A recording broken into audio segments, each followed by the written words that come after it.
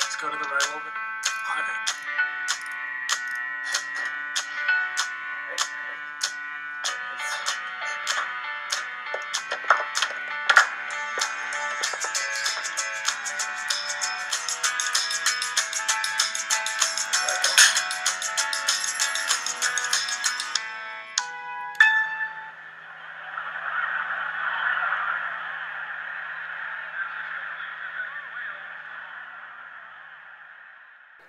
Bom, vocês viram aí a abertura da série? Quantos daqui são como eu e acham que esse negócio de manual é para os fracos? Ler manual é para os fracos. Tem gente aqui igual eu, não? A gente compra um negócio e já quer instalar. Certo ou não? Ah, tá. Então tem mais uma meia dúzia aí. A gente compra, você já quer instalar. Aí quando você esbarra no problema, você vai para o manual dar uma olhadinha. Tamo junto? Mapa para viajar, isso é coisa de gente fraca. Perguntar na viagem, isso é coisa de gente fraca, né?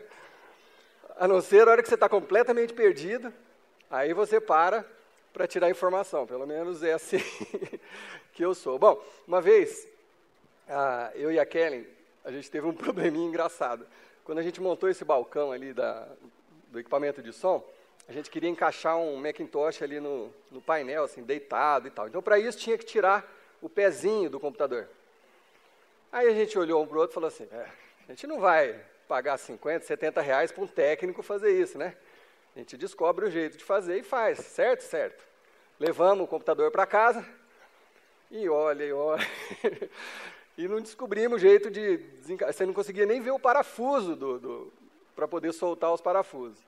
Aí quebramos a cabeça e não conseguia, tá bom, vamos dar uma olhadinha, ver se tem um institucional no YouTube, com um garotinho de 13, 14 anos, né, ensinando você a fazer isso.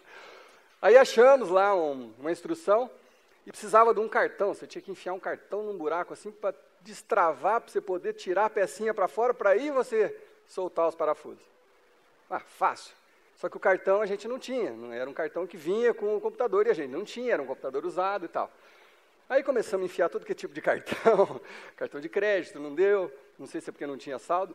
Fomos cartão de visita, tudo que é tipo de coisa de metal, faca, a gente foi tentando ver se soltava o negócio. Eu sei que foi passando o tempo, finalmente quando um dia, assim, foi ficando dias, gente, isso durou uma semana essa novela, sério mesmo. Chegou um dia, todo dia a gente ia lá, estava o computador em cima da mesa, a gente ia lá, dava uma tentadinha, ver se soltava o negócio. Aí, quando finalmente a gente conseguiu soltar, destravou, a gente até comemorou, né? Aí puxamos o negócio, tinha acho que 8 parafusos ou 10 parafusos de uma chave que a gente não tinha.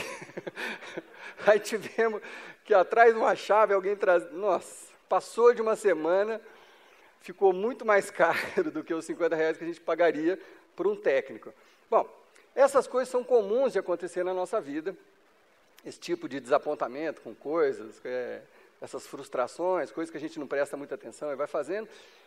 No dia a dia, tranquilo, bacana, normal. Só que quando isso acontece com as nossas vidas, com os nossos relacionamentos, quando isso acontece com o nosso trabalho, quando você descobre que deu tudo errado e que você precisa recomeçar, não é engraçado. Quando você descobre na sua vida que você precisa começar tudo de novo, não tem graça nenhuma, não tem a menor graça.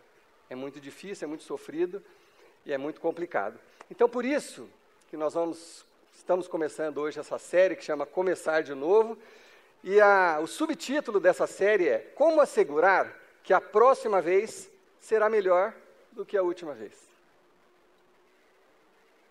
Como assegurar que assim, a próxima tentativa no seu negócio, no seu relacionamento, na sua vida emocional, na sua igreja, seja lá o que for, a sua próxima tentativa, como assegurar que ela vai ser melhor do que a anterior, do que a última vez que você acabou se frustrando, quebrando a cara, sofrendo, e para alguns isso significa muito sofrimento mesmo, dependendo de que área que você está enfrentando isso, às vezes num casamento, uma separação, gera muito, muito, muito sofrimento. Bom, mas como eu disse, a nossa tendência, na verdade, é não aprender com os nossos erros. Nossa tendência é passar por um problema e daqui a pouco começar a reagir e daqui a pouco acaba cometendo os mesmos erros. E uma série como essa talvez nunca tenha sido melhor escolhida do que o momento que nós estamos vivendo no Brasil. Em relação ao futebol, nós acabamos uma Copa do Mundo onde todos nós ficamos frustrados. Eu não sei se tem alguém aqui que ficou feliz, mas todos nós ficamos frustrados ver o Brasil passar aquela vergonha de levar um 7-1 da Alemanha. Aquilo ali feriu os nossos corações, né? Eu acho que nunca mais vou esquecer a sensação de estar assistindo aquele jogo, e 1, e 2, e 3, começou a dar tontura. Você fala, o que está acontecendo, né? Eu acho que todo mundo sentiu isso, né? E sabe de uma coisa? Que nós tivemos a chance de aprender alguma coisa na Copa anterior, em 2010, lá na África do Sul. Sabia que naquela Copa, essa mesma Alemanha colocou 4-1 na Inglaterra, que é um baita de um time também, e 4-0 na Argentina, 4-0 na Argentina na Copa anterior. Não era para ter chamado a nossa atenção, principalmente das pessoas envolvidas com a seleção, né? Não era para a gente ter aprendido alguma coisa. Mas, como bons brasileiros, né? Não deu certo, da próxima vez vai dar certo, e aí a gente começa tudo de novo, nós temos os melhores jogadores, nós não precisamos de tanta estratégia, porque realmente verdadeiramente nossos jogadores são os melhores do mundo, né? E aí vem um time sem muita estrela, mas organizado, planejado, pensado estrategicamente, e faz a gente passar a vergonha que nós passamos. Bom, mas como eu disse, isso são as coisas paralelas da nossa vida. Mas eu sei que algumas pessoas aqui já enfrentaram, às vezes, nesse momento, estão enfrentando um problema no relacionamento. Você acaba de terminar um relacionamento longo, um casamento, um noivado, ou um envolvimento, ou uma amizade muito longa. Se você está passando por isso hoje, seu coração está dilacerado emocionalmente, você está, de certa forma, amargo, triste, depressivo. E aí, o que a gente costuma fazer? Quando você está muito triste porque acabou um relacionamento, muita gente vem e fala assim, você precisa conhecer outra pessoa para esquecer a anterior. Não é assim que as pessoas falam? É bom que você conheça alguém para você poder esquecer o outro relacionamento. E esse esquecer é que faz a gente cometer o mesmo erro de novo. Porque você não dá um tempo para você analisar o que deu errado e o que deu certo, o que funcionou, o que não funcionou. Você já embarca numa outra coisa, num outro relacionamento, e daqui a pouco acontece de novo e de novo a mesma coisa. Por isso que temos pessoas já no segundo casamento, outras no terceiro casamento, ou nos noivados. Já fui noivo uma vez, 2 vezes, 3 vezes. E os homens geralmente tiram uma conclusão bem simples, falando, não sei o que acontece com essas mulheres, daqui a pouco elas começam a agir tudo igual. A gente põe a culpa, né, em alguém. A gente quer achar um culpado para os erros, para as coisas que não deram certo. E a mesma coisa se aplica aos negócios. Talvez alguns de vocês no passado, ou estão vivenciando isso agora, investiram todas as suas vidas num negócio, no seu negócio próprio, ou num novo emprego, num novo trabalho, investiram tudo ali. E não deu certo. E chegou um momento que você teve que fechar as portas, ou quebrou, ou ficou endividado. E aí, você quer se livrar logo daquela situação para poder reconstruir a sua vida. Mas, normalmente, nós ficamos somente atrás. A única análise que a gente faz é assim, nós queremos achar o culpado.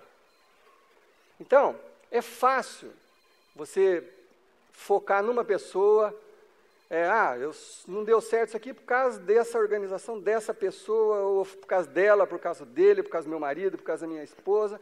Você quer achar um culpado para isso. E quando você não acha um culpado por perto, você culpa Deus.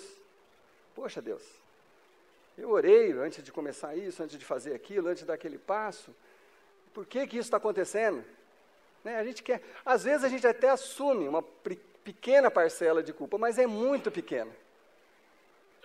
Geralmente a nossa parcela é muito pequena, a culpa geralmente é de alguém ou de uma situação, nunca é nossa. Por isso, nós vamos aprender algumas coisas com essa série. A primeira coisa que eu quero falar para vocês é que nós aprendemos com os nossos erros nas coisas menos importantes da nossa vida.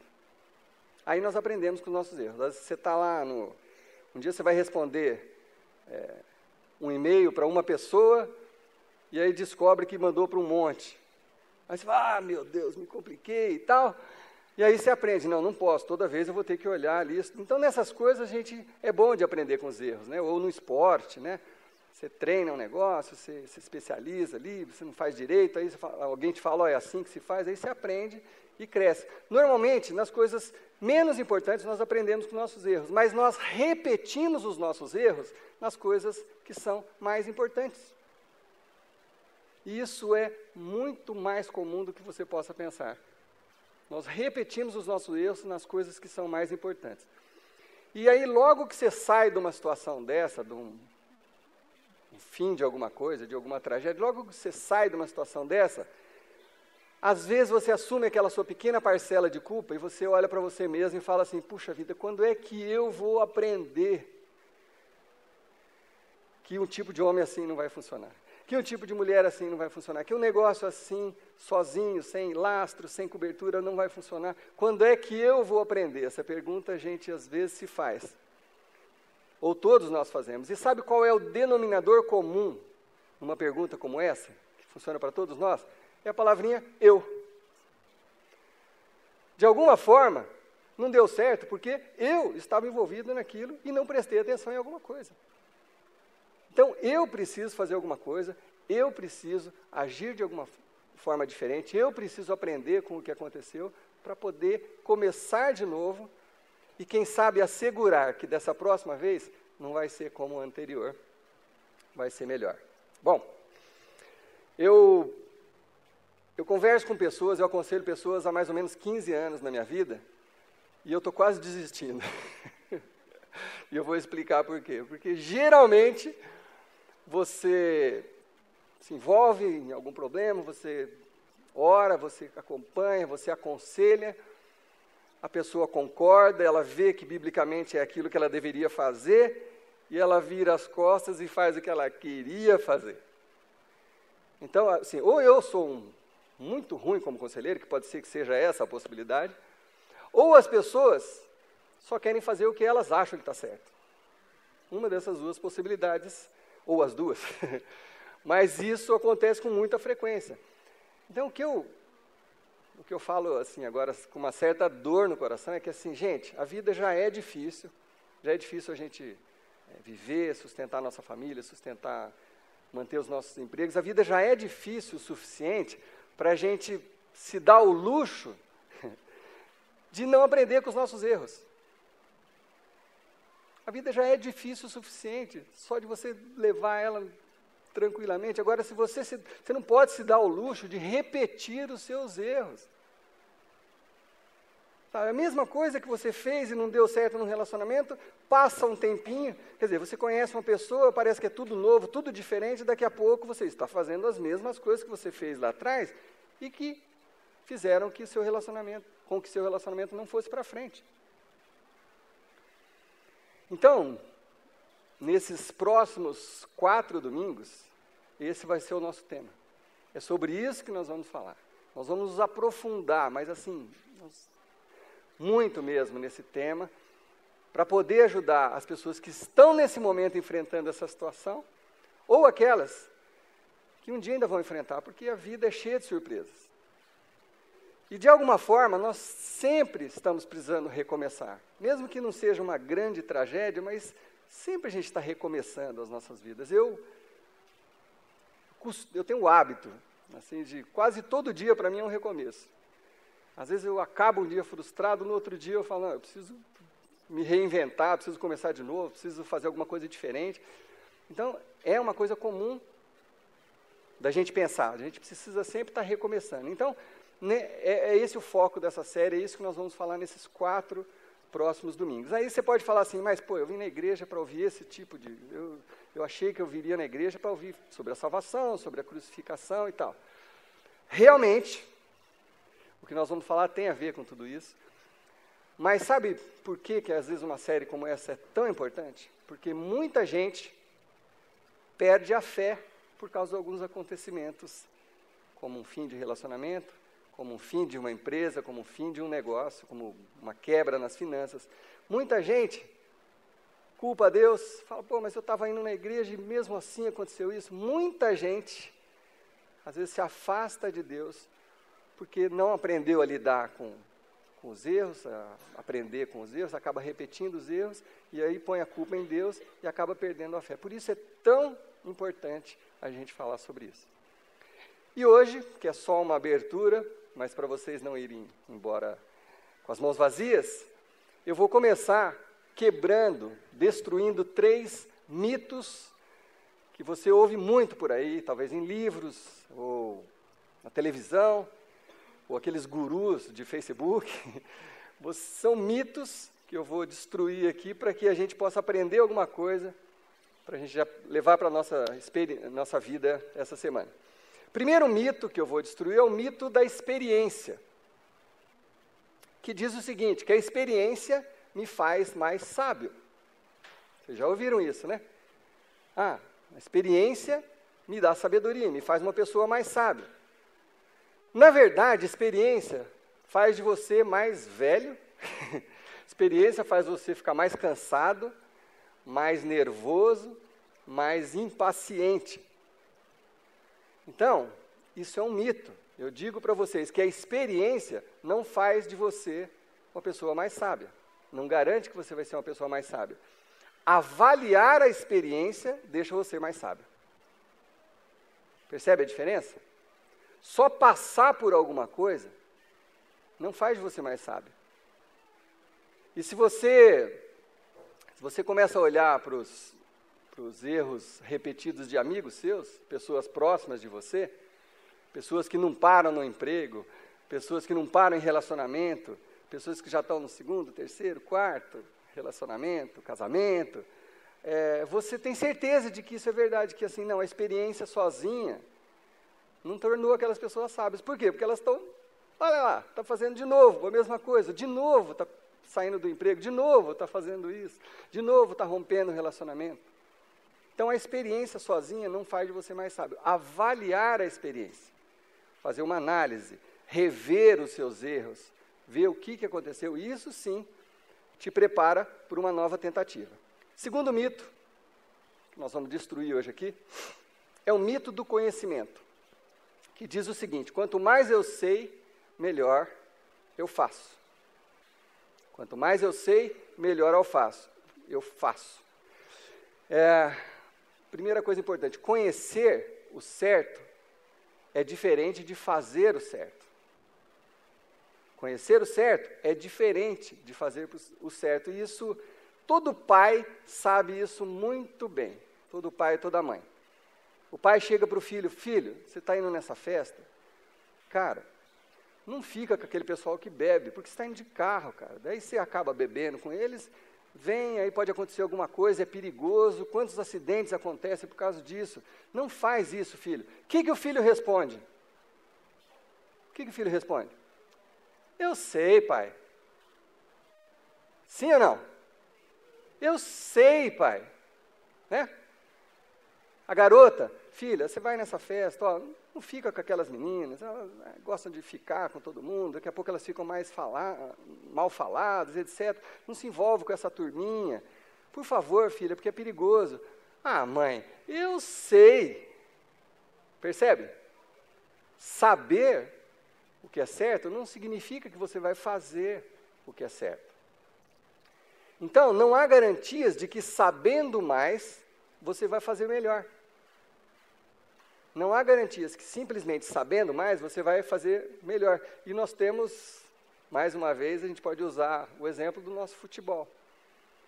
A gente sabe tudo de futebol, nós somos o país do futebol. Mas saber como funciona o futebol não significa que a gente faz melhor. Chega na hora, e se algumas notícias dessa semana se confirmarem, a gente... Vocês ouviram? Vocês sabem do que eu estou falando já? Dunga? Estou indo embora. Sério? Pois bem, a gente não aprende com os nossos erros, tá? Tá claro, né? Dunga, técnico da seleção brasileira. Então,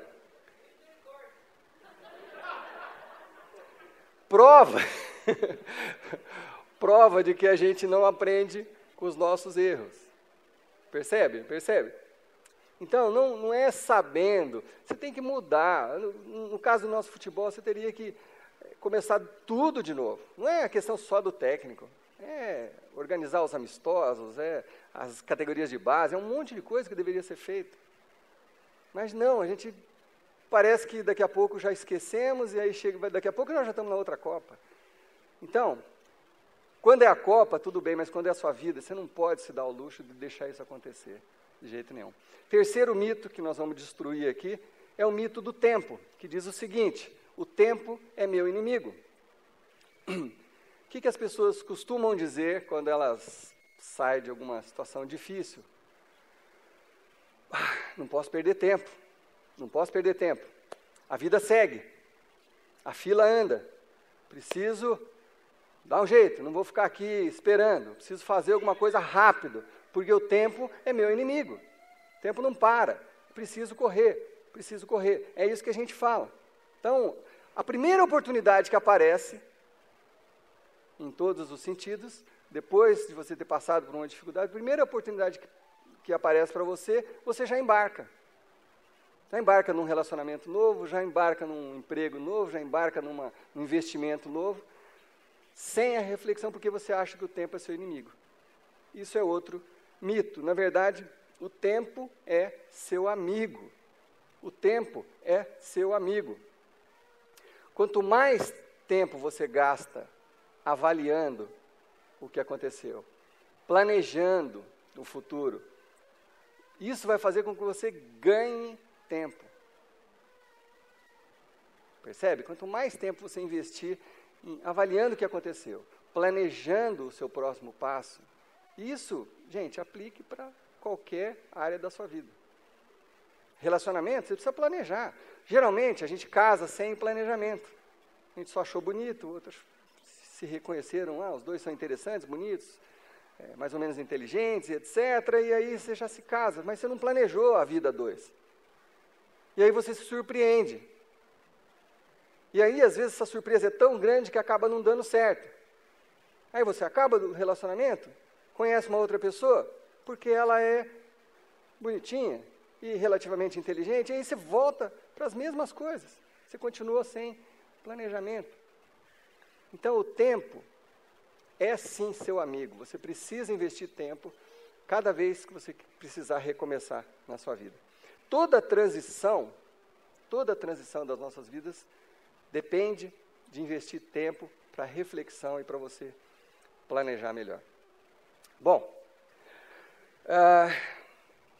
eu quero mostrar para vocês, dar alguns exemplos bíblicos de pessoas que às vezes são nossos heróis da fé e que também tiveram um desapontamento numa primeira, já que nós estamos falando de futebol, né? Vamos pensar assim, no primeiro tempo, a pessoa chegou para fazer uma tentativa, não deu certo e se frustrou.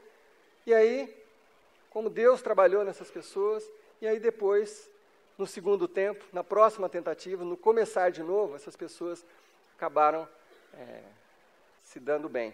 A primeira delas é Moisés. Não sei se vocês sabem, mas Moisés, quando tinha 40 anos, ele se revoltou com a situação da escravidão do povo hebreu. Ele achava que não podia estar acontecendo aquilo. Nossa, como eles estão abusando desse povo e judiando, e eles só trabalham. E ele, que era um hebreu, mas que foi adotado pela filha do faraó, então ele era meio a meio, ele ficou dividido. Mas ele achava injusto, ele quis romper com o Egito e ajudar aquelas pessoas. Só que ele tinha 40 anos, ele era impulsivo, ele era novinho ainda. Eu já estou achando 40 anos novo. Ele era muito novo e impulsivo. E aí ele tentou do jeito dele. E aí um dia lá ele viu um cara judiando de um hebreu, ele avançou no sujeito, começou a bater, acabou matando aquele egípcio. Aí ele teve que fugir e foi embora para o deserto. Então ele viu que aquela iniciativa dele não funcionou. Não seria daquele jeito, porque ele era um cara ainda muito ansioso. nervoso, esquentadinho, pavio curto. E aí ele foi para o deserto, foi cuidar de ovelhas. E aí Deus trabalhou na vida dele, tratou com ele por apenas 40 anos. Sabia que quando Moisés voltou, ele tinha 80? Então você está achando que está demorando muito? Talvez não. Talvez não. 40 anos depois, Moisés voltou outra pessoa, para fazer a mesma coisa, para libertar o povo. Só que aí ele era um homem manso, um homem sábio, um homem cheio do poder de Deus. E aí ele conseguiu libertar aquelas quase 2 milhões de pessoas, saíram com ele do Egito para a terra prometida por Deus. O outro que também teve que esperar um pouquinho foi Davi. Davi foi ungido rei. Então, quando ele é ungido rei, olha, você está sendo aprovado por Deus para ser o próximo rei. E ele tinha lá por volta, talvez, uns 17 anos, 16, 17 anos. Só que ele não imediatamente assumiu o trono, não. Ele teve que esperar um longo período, de 8 a 12 anos, não dá para a gente precisar, mas até onde eu conheço, de 8 a 12 anos, foi o tempo de espera. Por quê? Porque ele também precisava passar por um processo com Deus. Davi também era muito ansioso. Eu não sei se vocês sabem os detalhes do enfrentamento dele com o Golias, mas ele também não era assim aquele cara somente bem intencionado. Quando ele viu o gigante desafiando o povo, né, ele chegou para os irmãos e falou assim, viu, eu escutei que vai ter uma recompensa para quem matar o gigante, quanto é que é essa recompensa? Depois você lê na sua Bíblia lá. Ele ficou interessado na recompensa. Não foi assim, vou defender, meu Deus. Teve muito disso, mas também teve, mas vai ganhar quanto mesmo? Então, tinha muita coisa na vida de Davi que precisava ser trabalhada. Então ele sofreu perseguições, o rei Saul perseguiu, tentou matá-lo, ele teve que fugir, e ele foi se fortalecendo no caráter com Deus, até poder estar pronto para o segundo tempo, para a segunda tentativa, para quando finalmente ele foi ungido, recebido como rei e entronizado mesmo. A terceira pessoa é o meu xará apóstolo Paulo, que eu gosto muito de falar nele também. Paulo tinha um perfil diferente, era um cara que conhecia muitas coisas, era um intelectual, ele era um mestre da lei, conhecia tudo sobre os profetas e as leis de Moisés, era um estudioso, e só que, aplicando um daqueles mitos que eu destruí hoje, o conhecimento não fez dele, não fez ele fazer a coisa certa. Então ele conhecia, mas ele estava perseguindo os cristãos, ele não reconheceu num primeiro momento que Jesus era aquele profetizado nas Escrituras. Então ele queria matar prender e matar os seguidores de Jesus para acabar com essa história de Jesus Cristo. Então esse era Paulo, então ele estava atrás dos cristãos para matar, para acabar com essa religião, que nem era religião, era um movimento, para acabar com esse movimento. Aí Paulo tem um encontro com Jesus Cristo, muitos de vocês conhecem a história, não foi fisicamente, mas ele estava andando num burrinho, caiu e viu uma luz e Jesus falou com ele através de uma voz que todos ouviram. A partir desse encontro, então, digamos que Paulo conhecia muita coisa e foi iluminado, entendeu que Jesus Cristo era o Filho de Deus. Mas ainda assim, ele precisava amadurecer em algumas coisas para poder sair pregando o Evangelho. Então a Bíblia nos conta que ele precisou de mais 14 anos entre a experiência e sair realmente. Ele achou que talvez estivesse pronto. Agora eu já entendi tudo, não quero sair pregando, mas Deus não entendeu assim. Deus queria tratar com ele. Ele precisava conversar com os seguidores de Jesus Cristo, saber mais sobre Jesus Cristo, ouvir daquelas pessoas o que Jesus falou mesmo, e anotar e meditar sobre aquilo. E aí ele teve esse período de 14 anos para conhecer profundamente Jesus Cristo, para poder sair pregando o Evangelho. E graças a esse homem, e graças a essa espera de 14 anos, Hoje nós conhecemos o Evangelho de uma forma mais clara, porque Paulo escreveu mais da metade dos livros do Novo Testamento. Quase tudo que você tem depois dos Evangelhos foi escrito por Paulo. Então ele esclareceu muito sobre Jesus Cristo, porque ele passou por esse amadurecimento. Então eu e você, trazendo para o nosso contexto, para mim, para você que está sentado aí, nós precisamos aprender a deixar Deus tratar nas nossas vidas. A cada experiência difícil que você teve, a cada momento da sua vida que você tem que recomeçar, você precisa deixar que Deus trabalhe na sua vida, assim como Ele trabalhou na vida desses homens. Mas você tem que permitir. Se você não permitir, não tem problema. Deus é um cavalheiro. Ele não força nada. O problema disso é que você pode acabar cometendo os mesmos erros, se você não deixar com que Deus trabalhe na sua vida.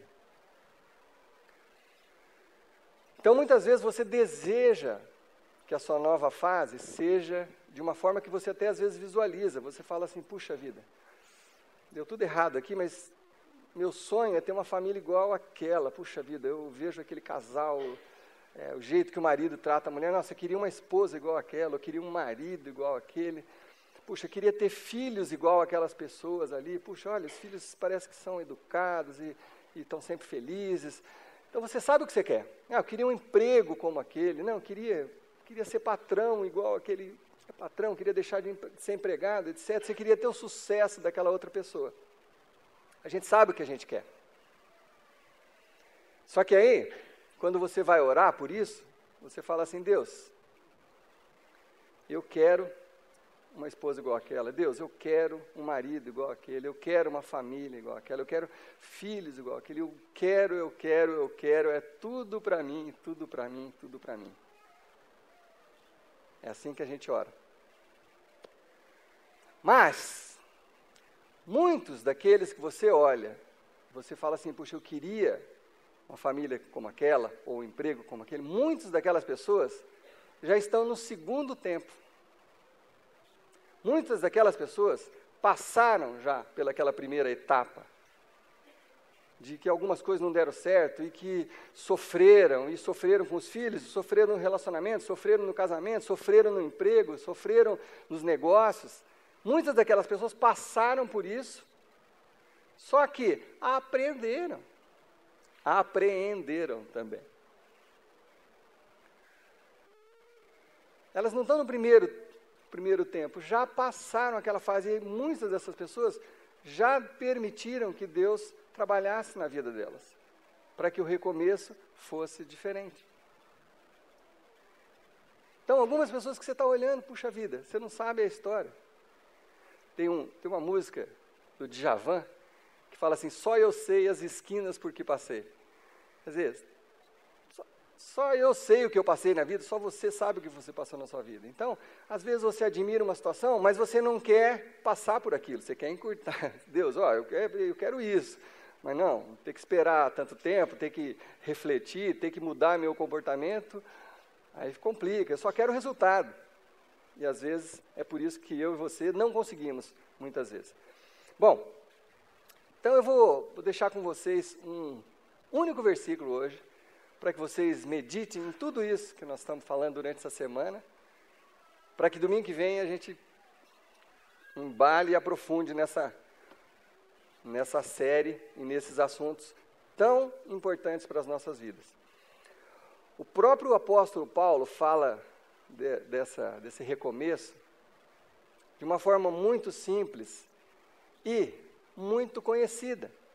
Então, às vezes, a gente conhece demais um versículo, você já não presta mais atenção nele, porque você já ouviu aquilo mais de 1, 2, 3, 10, 15 vezes, você já não presta atenção na profundidade daquele versículo.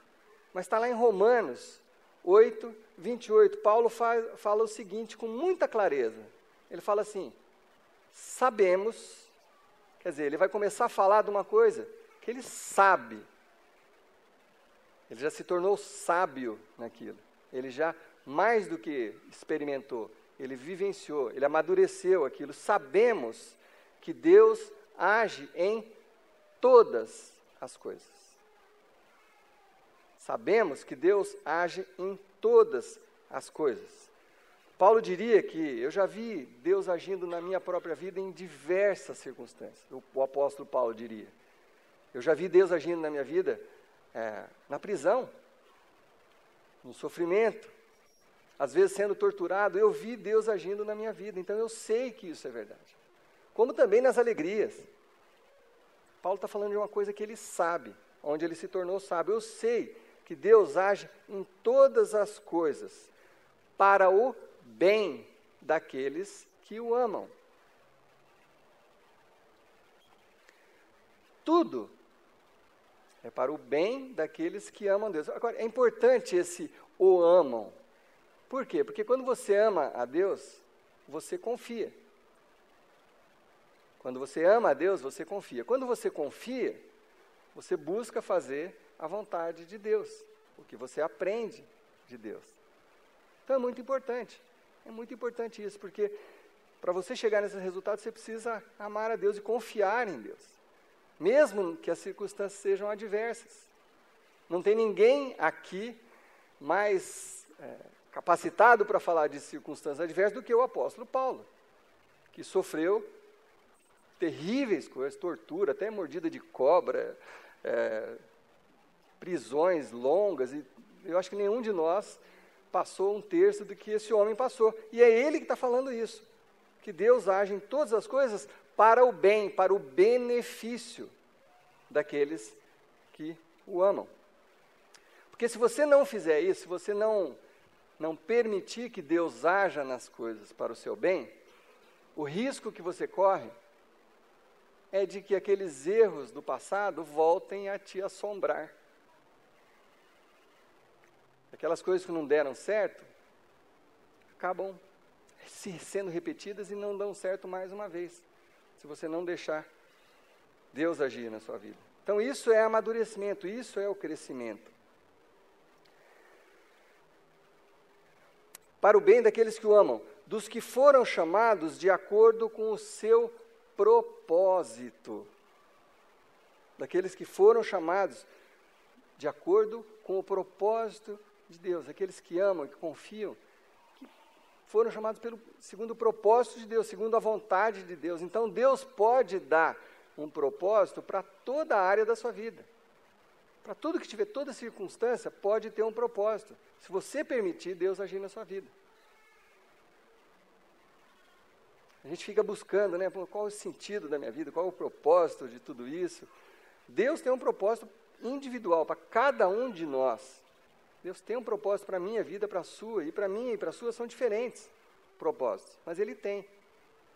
Se você confiar e deixar com que Ele trabalhe isso, se você permitir que Ele haja na sua vida, e haja nas circunstâncias, todas as circunstâncias que você estiver enfrentando, ou que você ainda vai enfrentar, ou que você já enfrentou, vão contribuir para esse propósito de Deus na sua vida, que é o bem daqueles que o amam. Eu tenho certeza que muitas pessoas aqui poderiam dar os seus testemunhos de situações adversas, difíceis, doloridas, onde depois de passados os 40 anos de Moisés, os 12 de Davi, os 14 de Paulo, ou os 6 meses da sua vida, ou os 2 anos da sua vida, muitas pessoas poderiam testemunhar que por terem confiado em Deus, não perdido a fé, que Deus estava no controle das coisas, mesmo nos momentos que você não conseguia enxergar, mesmo nos momentos que você não via nada, essas pessoas poderiam dar o testemunho que hoje, olhando para trás, todas aquelas circunstâncias contribuíram para o meu bem. Tenho certeza que se eu desafiar as pessoas aqui, eu não vou fazer isso, a levantar a mão e contar os seus testemunhos, tenho certeza absoluta. Eu sou o primeiro. Já contei algumas vezes, passei por uma depressão muito profunda e vivi coisas horríveis e pesadelos e falta sem sono e tomando remédio. Passei por um monte de coisa que hoje eu olho, voltando lá em 97, 98, foram talvez os piores anos da minha vida. Eu olho para aquela situação, aquelas noites terríveis, de angústia, de medo, de vontade de morrer, de tudo. Eu olho para aquilo hoje e garanto para vocês, olhando nos olhos de vocês, que eu passaria tudo de novo se eu soubesse que o resultado seria o que eu acabei colhendo. Hoje eu olho para aquilo e falo assim, puxa vida, Deus estava em todos aqueles momentos. Eu, Paulo, Wesley, precisava ter passado por todo aquele sofrimento para mudar, para que Deus pudesse agir em mim. Talvez se eu não tivesse sofrido tanto, eu não teria mudado tanto. Esse sou eu, é o jeito que Deus tratou comigo, o propósito que Ele tinha com a minha vida. E Ele tem um propósito para cada um de vocês. Então, quem sabe, você está enfrentando hoje uma situação difícil, não vê esperança, não vê horizonte, não sabe o que fazer, está perdido. Eu endosso o que Paulo está falando aqui, eu e muitas pessoas que já passaram por isso. Confie, saiba que Deus age em todas as coisas, para o bem daqueles que o amam, dos que foram chamados de acordo com o seu propósito.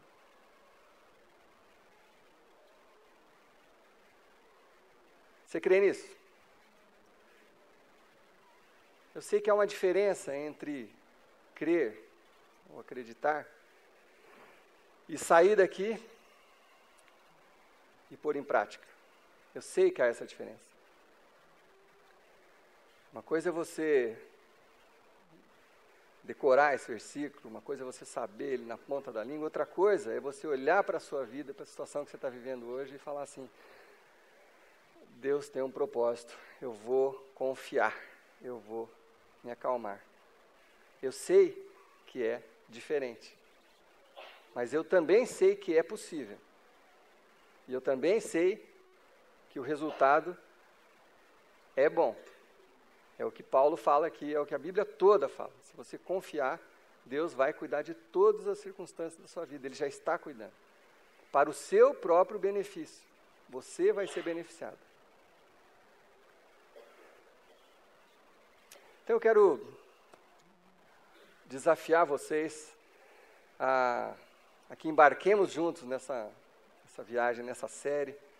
Vocês estejam orando, que vocês estejam colocando as suas vidas diante de Deus, trazendo seus amigos, para que, quem sabe, ao final dessa nossa temporada de pregações, muitos aqui sejam completamente restaurados, muitos aqui estejam prontos para começar de novo, para começar tudo de novo, para começar uma parte de novo, para começar um momento novo nas suas vidas. É esse o meu desafio. Vamos orar?